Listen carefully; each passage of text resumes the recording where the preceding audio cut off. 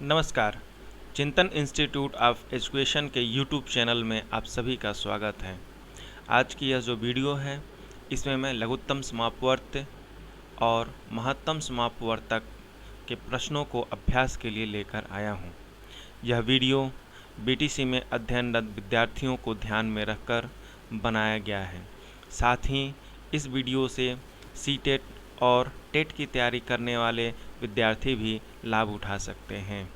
उनके लिए भी यह बहुत ही महत्वपूर्ण है, क्योंकि सीटेट और टेट की परीक्षाओं में एलसीएम और एचसीएफ से संबंधित जो संप्रत्यय है, जो कॉन्सेप्ट है, उससे संबंधित प्रश्न बनाए जा रहे हैं और इससे संबंधित मैथमेटिकल जो प्रश्न है, वर्ड प्रॉब्लम के जो प्रश्न हैं, वह भी बनाए जा रहे हैं। इसलिए सीटेट और टेट के विद्यार्थियों के लिए भी यह बहुत ही महत्वपूर्ण है। तो ऐसे विद्यार्थी जो सीटेट और टेट की तैयारी कर रहे हैं वे भी इस वीडियो को ध्यान से देखें। आइए चलिए स्टार्ट करते हैं। आपके लिए मैं कुछ प्रश्नों को लेकर आया हूं उदाहरण के रूप में, आप उसे देखें। देखिए, हमारा पहला प्रश्न है, वह छोटी से छोटी संख्या ज्ञात कीजिए जो 20, 25 और 40 से पूर्णतः विभाजित हो जाए। अब देखिए, एचसीएफ और एलसीएम इससे संबंधित जो भी प्रश्न पूछे जाते हैं उन प्रश्नों में आपको सबसे पहले यह पहचानना है कि किसी भी प्रश्न में हमें एचसीएफ लगाना पड़ेगा या एचसीएफ या एलसीएम। एचसीएफ या एलसीएम में से कौन सी विधि हम प्रयोग करें जिससे कि हम अपनी जो समस्या है, जो प्रश्न है, उसके आंसर तक पहुंच सकें। तो यह बहुत ही ज़रूरी है कि हम यह पहचान लें कि इसमें एलसीएम लगेगा या एचसीएफ। तो देखिए, इसके लिए हमें क्या करना है, प्रश्न को ध्यान से पढ़िए और एचसीएफ और एलसीएम के जो कॉन्सेप्ट हैं उसको ध्यान में रखना है। अगर उसको ध्यान में रखेंगे तो आप पकड़ लेंगे कि यहाँ पर क्या लगाना है। जैसे देखिए, इस प्रश्न में क्या कह रहा है, वह छोटी से छोटी संख्या ज्ञात कीजिए जो। अब देखिए, वह संख्या हमको ज्ञात करनी है जो 20, 25 और 40 से विभाजित हो जाए। 20, 25 और 40 तीनों संख्याओं से जो भी विभाजित होगा वह संख्या कौन होगा, वह 20, 25 और 40 का एक मल्टीपल होगा, एक गुणज होगा। और उसमें भी जो तीनों के गुणजों में कॉमन आया हो, उभयनिष्ठ रूप से आया हो, वही होगा। इसका मतलब क्या है कि यहाँ पर हमें 20, 25 और 40 का सबसे छोटा उभयनिष्ठ गुणज यानी कि एलसीएम ज्ञात करना है। क्योंकि जब हम एलसीएम ज्ञात करते हैं तो जो एलसीएम आता है वह क्या होता है, वह जिन संख्याओं का एलसीएम होता है उनसे पूरी तरह से विभाजित हो जाता है। तो इस प्रश्न में यही आपसे पूछा गया है कि वह छोटी से छोटी संख्या ज्ञात कीजिए जो 20, 25 और 40 से पूर्णतः विभाजित हो जाए। तो हमें क्या करना है, हमको 20, 25 और 40 का एलसीएम निकालेंगे और जो एलसीएम आएगा वही इसका उत्तर होगा, क्योंकि वह जो एलसीएम होगा वह 20, 25 और 40 का क्या होगा, सबसे छोटा उभयनिष्ठ गुणज होगा और यह इन तीनों से विभाजित हो जाए। तो चलिए आइए हम 20, 25 और 40 का एलसीएम ज्ञात करते हैं। देखिए, उसके लिए हमें क्या करना है, 20, 25 और 40 को इस प्रकार से लिख लेना है और इसे हम 2 से भाग देंगे, क्योंकि अब देखिए 20 और 40 2 से विभाजित हो जाएगा। तो कितना आएगा, 2 से भाग देंगे 20 को तो 10 बार जाएगा, 25 कटेगा नहीं, इसको यहाँ पर हम लिख लेंगे। और 40 2 से विभाजित होगा तो 20 आएगा। फिर आगे देखें, 2 से एक बार हम फिर देंगे, 2 से आप काटेंगे तो 10 को अगर विभाजित करते हैं तो 5 आएगा। ठीक है, 25 तो कटेगा नहीं, 20 को भाग देंगे तो 10 बार जाएगा। ठीक है, तो एक बार फिर हम 2 से भाग देते हैं क्योंकि 10 अभी कटेगा। तो देखिए, 5 तो कटेगा नहीं, 5 लिख लिया, 25 भी नहीं कटेगा, 25 को ऐसे ही उतार लिया और 2 से 10 को काटा, कितनी बार गया, 5 बार। अब हमें क्या करना है, ये जो तीनों हैं सब 5 से विभाजित होंगे, 5 से भाग देंगे। देखिए, 5 कम 5, 5 बचे 25, 5 कम 5, एक बार फिर 5 से हम भाग देंगे। तो देखिए, ये चला गया हमारा 5 से, एक तो कटेगा नहीं, 5 एक बार में कट जाएगा और एक ये कटेगा नहीं, उतार लेंगे। अब देखिए, लास्ट में सब 1 1 1 आ गया। अब हम क्या करेंगे, इन सब का गुणा कर लेंगे। ठीक है, गुणा करेंगे तो देखिए 2 2 2, 2 गुणे 2 गुणे 2 और गुणे 5 गुणे 5, ये है।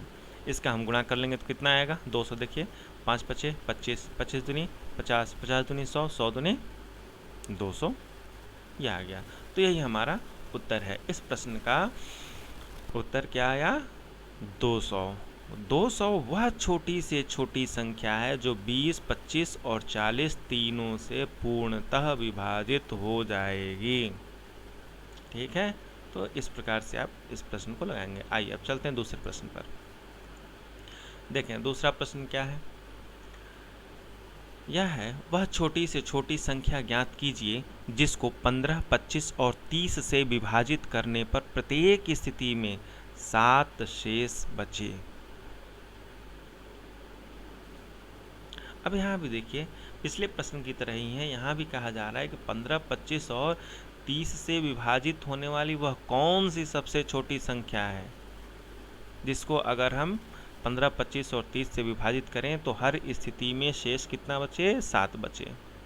ठीक है, तो हमें क्या करना है, सबसे पहले हमको 15, 25 और 30 का एलसीएम निकालना है, और जो एलसीएम आएगा वह जो संख्या होगी वह क्या होगी? 15, 25 और 30 से तो पूरी तरह से कट जाएगा, लेकिन प्रश्न में कह रहा है कि प्रत्येक स्थिति में 7 शेष बचे। तो 7 शेष बचाने के लिए हमको क्या करना होगा? एलसीएम में 7 जोड़ देना होगा।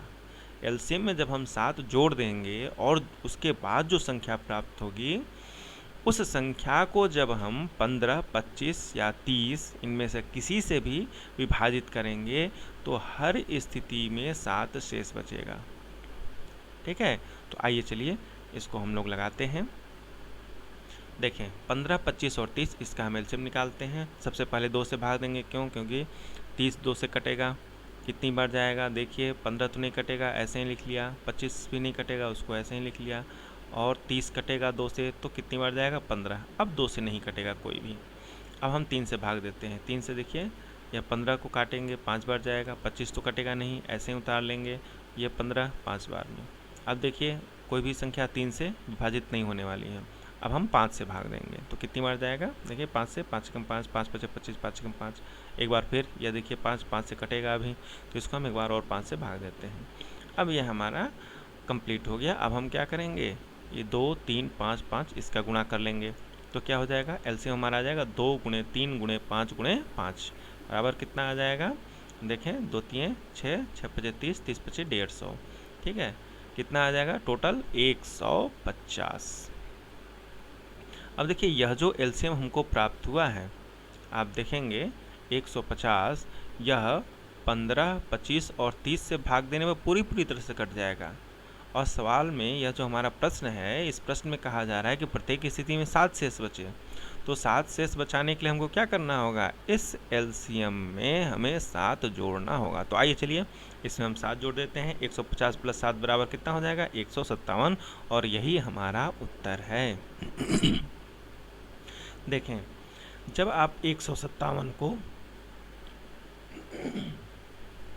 यह जो 157 है, जब आप इसको 15 से या 25 से या 30 से, इन तीनों में से किसी से भी यदि आप भाग देते हैं तो हर स्थिति में 7 शेष बचेगा। ठीक है, तो इस प्रकार से आप इस प्रश्न को लगाएंगे। देखिए दोनों ही, यह जो हमारा 2 प्रश्न अभी था एग्जाम्पल के रूप में, इन दोनों में एलसीएम निकालना था। पहले वाले में कहा जा रहा था कि पूरी तरह से विभाजित हो जाए, पूर्णतः विभाजित हो जाए, तो वहाँ पर सिर्फ एलसीएम निकाल लेना होता है। लेकिन जब शेष बचाने की बात होती है कि कुछ शेष बच जाए, तो एलसीएम निकालने के बाद जो शेष प्रश्न में कहा जा रहा है, जो शेष बच रहा है, उसको हम क्या करते हैं? एलसीएम में प्लस कर देते हैं। तो इन बातों का हमें ध्यान रखना है।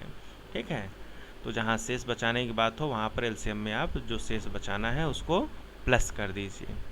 ठीक है, तो इस प्रकार से एलसीएम पर आधारित जो प्रश्न होते हैं उसको हम लगाते हैं। आइए अगले उदाहरण पर चलते हैं। देखें अगला जो प्रश्न है हमारा, कह रहा है वह बड़ी से बड़ी संख्या ज्ञात कीजिए जिससे 130 और 75 पूर्णतः विभाजित हो जाएं। वह बड़ी से बड़ी संख्या ज्ञात करना है जिससे, ठीक है, प्रश्न को ध्यान से पढ़ें। वह बड़ी से बड़ी संख्या ज्ञात करना है हमको जिससे 130 और 75 ये जो दो संख्याएं दी गई हैं वह विभाजित हो जाए। यहाँ हमें ऐसी संख्या नहीं ज्ञात करना है जिसको हम 130 और 75 से विभाजित करें, बल्कि हमें वह बड़ी से बड़ी संख्या ज्ञात करनी है जो 130 को विभाजित कर दे, जो 75 को विभाजित कर दे पूरी तरह से। ठीक है, यानी कि हमको यहाँ पर क्या निकालना है, 130 और 75 का सबसे बड़ा उभयनिष्ठ गुणनखंड ज्ञात करना है, यानी कि HCF ज्ञात करना है। तो जब आप 130 और 75 का जब HCF ज्ञात करेंगे तो यह जो HCF आएगा वही 130 और 75 को पूरी तरह से विभाजित कर सकेगा। ठीक है, तो इस प्रश्न में हमें क्या करना है, HCF निकालना है। तो आपको इसे पहचानना होगा, प्रश्न को पढ़ेंगे, ध्यान से पढ़ेंगे तो समझ में आएगा। देखिए एक बार फिर से मैं बताता हूँ, वह बड़ी से बड़ी संख्या ज्ञात कीजिए जिससे, मतलब वह जो संख्या आएगी वह संख्या क्या करेगी, 130 और 75 को पूर्णतः विभाजित करेगी। देखिए पिछले दो प्रश्नों में हम लोग क्या करना था, जो संख्या हमें ज्ञात करना था उसको विभाजित करना था दिए हुए तीनों संख्याओं से, लेकिन यहाँ पर क्या करना है, जो संख्या हम ज्ञात कर रहे हैं उससे यहाँ पर दिए हुए संख्याओं को हम विभाजित करना है, यह प्रश्न में कहा जा रहा है। ठीक है, तो देखें इस प्रश्न में क्या करना है, हमको HCF ज्ञात करना है, क्योंकि HCF जो होता है वह दो या दो से अधिक संख्याओं में सबसे बड़ा उभयनिष्ठ गुणनखंड होता है। ठीक है, तो किसी भी दो या दो से अधिक संख्याओं का जो उभयनिष्ठ गुणनखंड होता है वह क्या करता है, उन दोनों या सभी संख्याओं को पूरी तरह से विभाजित कर देता है। तो इस प्रश्न में भी हमको HCF निकालना है। तो चलिए आइए हम 130 और 75 का HCF निकालते हैं। देखिए गुणनखंड विधि से हम निकालेंगे यहाँ पर। ठीक है, अब HCF निकालने का गुणनखंड विधि और भाग विधि है, दोनों में से कोई भी आप यूज़ कर सकते हैं। मैं यहाँ पर गुणनखंड विधि से बता रहा हूँ। ठीक है, 130 देखिए 130 का जब आप अभाज्य गुणनखंड करेंगे तो कितना आएगा, 2 गुणे 5 गुणे 13, 13 पचे 65 दूने 130। और 75 का देखिए 3 गुणे 5 गुणे 5। अब देखें इन दोनों में ही कॉमन क्या है, देखिए 2 यहाँ पर है लेकिन यहाँ नहीं है, 5 यहाँ है तो निकाल लेंगे, 13 यहाँ है लेकिन यहाँ नहीं है, इस वाले में एक 5 एक्स्ट्रा है लेकिन यहाँ पर एक 5 और नहीं है कि हम उसको लें, तो केवल एक ही 5 ऐसा है जो दोनों में कॉमन है। तो HCF कितना आ जाएगा, HCF 5 आ जाएगा। तात्पर्य क्या है, यही हमारा आंसर भी है। तो तात्पर्य क्या है कि 5 वह सबसे बड़ी संख्या है जो 130 और 75 दोनों को पूरी तरह से विभाजित कर देगा। अब 5 से बड़ी ऐसी कोई भी संख्या नहीं है जो 130 को भी पूरी तरह से विभाजित कर दे और 75 को भी पूरी तरह से विभाजित कर दे। ठीक है, आप यहाँ देख सकते हैं जो हमारे फैक्टर्स हैं 130 और 75 के, उसमें 5 से कोई भी बड़ी कॉमन नहीं है, छोटी भी कॉमन नहीं है। ठीक है, तो केवल आप यह कह सकते हैं कि 130 और 75 में केवल 5 ही ऐसा है जो कि इन दोनों को पूरी तरह से विभाजित कर सकता है। ठीक है, तो इसका उत्तर हमें ज्ञात हो गया क्या, 5। चलिए आइए अब हम चलते हैं अगले प्रश्न पर। देखें अगला प्रश्न है, वह बड़ी से बड़ी संख्या ज्ञात कीजिए जिससे 134 और 79 को विभाजित करने पर प्रत्येक स्थिति में 4 शेष बचें। अब देखिए यहाँ पर कह रहा है कि वह बड़ी से बड़ी संख्या ज्ञात कीजिए जिससे अगर हम 134 को भाग दें और 79 को भाग दें तो हर स्थिति में 4 शेष बचे। अब देखिए पिछले प्रश्न में हम लोगों ने क्या देखा था कि यहाँ पर जो प्रश्न पूछा था उसमें कहा जा रहा था कि 130 और 75 को विभाजित करने वाली सबसे बड़ी संख्या ज्ञात करिए, यानी कि वह सबसे बड़ी संख्या जिससे अगर हम 130 और 75 को भाग दें तो पूरी तरह से कट जाए। लेकिन इस प्रश्न में क्या कहा जा रहा है, इस प्रश्न में कहा जा रहा है कि वह सबसे बड़ी संख्या ज्ञात कीजिए जिससे अगर हम 134 को और 79 को भाग दें तो दोनों में ही 4 शेष बचे। ठीक है, तो इसके लिए हमको क्या करना है, देखिए अब महत्तम समापवर्तक यहाँ पर हमको ज्ञात करना है कि महत्तम समापवर्तक ही 134 और 79 दोनों को क्या करेगा, विभाजित करेगा। तो आप देख सकते हैं इस प्रकार के प्रश्न में अब हमें क्या करना है, यहाँ पर शेष 4 बच रहा है। तो HCF वाले कंडीशन में हम क्या करते हैं, 4 को इन दोनों संख्याओं से पहले क्या करते हैं, घटा लेते हैं। ठीक है, या जो 4 शेष बच रहा है इसे हम पहले 134 में से 4 घटा देंगे तो कितना आएगा, 130 आएगा। फिर यह जो हमारा 79 है उसमें से 4 घटा देंगे तो कितना आएगा, 75। ठीक है, तो देखें इस प्रश्न में हमें क्या करना है, सबसे पहले हम दोनों ही संख्याओं में से 4 घटा लेंगे। 134 - 4 बराबर 130 आ जाएगा और 79 - 4 करेंगे तो 75 आ जाएगा। अब देखिए यह नई संख्या क्या प्राप्त हो गई, 130 और 75। अब जब हम 130 और 75 इसका HCF निकालेंगे तो वह जो HCF होगा वह 130 और 75 को तो पूरी तरह से विभाजित कर देगा, लेकिन जब आप 134 को भाग देंगे या 79 को भाग देंगे तो हर स्थिति में यह जो 4 है वह शेष बचेगा। ठीक है, तो यह हमने इसका HCF निकाल लिया। देखिए पहले ही प्रश्न वाले में है, उसी से आधारित मैं यह प्रश्न बनाया हूँ आपको समझाने के लिए। तो यहाँ भी उत्तर देखिए कितना आ गया, 5 आ गया, यानी कि वह 5 है सबसे बड़ी संख्या जो अगर 134 को भाग देगा तो क्या होगा, 4 शेष बचेगा, और जब 79 को भाग देगा तो भी 4 ही शेष बचेगा। ठीक है, तो यह HCF से संबंधित 2 प्रश्न था जहां पर आपसे पूछा जाता है कि वह बड़ी से बड़ी संख्या ज्ञात कीजिए जो किन्हीं संख्याओं को पूर्णतः विभाजित कर दे। तो वे जो भी संख्या दी गई हों आप उनका HCF ज्ञात कर लीजिए। HCF जो भी आएगा वह क्या करेगा, उन संख्याओं को पूरी तरह से विभाजित कर देता है। ठीक है, और जब यदि शेष बच रहा हो तो जो भी संख्याएं दी गई हों उनमें से उस शेष को, जो शेष बच रहा है उसे क्या करिए आप सब में घटा दीजिए। ठीक है, जैसे यहाँ पर इस प्रश्न में किया गया है। ठीक है, यहाँ पर 134 में से भी घटा दिया और 79 में से भी घटा दिया। ठीक है, और जो हमें शेष बचेगा, ठीक है, घटाने के बाद उसका हम LCM निकाल लेते हैं और जो शेष बचता है उसका हम HCF ज्ञात कर लेते हैं। तो जो HCF आता है वही हमारा उत्तर होता है। ठीक है, तो इस प्रकार से आप इन प्रश्नों को लगाएंगे। आइए कुछ और उदाहरणों को देखते हैं। देखें अगला जो हमारा प्रश्न है वह कह रहा है लोहे के सरिये के 3 टुकड़े जिनकी लंबाई क्रमशः 42 मीटर, 49 मीटर और 63 मीटर हैं, इनको समान लंबाई के छोटे टुकड़ों में विभाजित करना है। प्रत्येक टुकड़ों की सबसे बड़ी संभावित लंबाई क्या होगी। देखिए यहाँ पर क्या कहा जा रहा है। अब इस प्रश्न में आपको पहचानना है कि यह LCM पर आधारित है या HCF पर। अब देखें यहाँ यह जो प्रश्न है इसमें देखिए 3 लोहे के सरिये हैं जिनकी लंबाई कितनी है, 42 मीटर, 49 मीटर और 63 मीटर है। और कहा जा रहा है कि ये जो सरिये हैं इनको छोटे छोटे टुकड़ों में विभाजित करना है, छोटा करना है।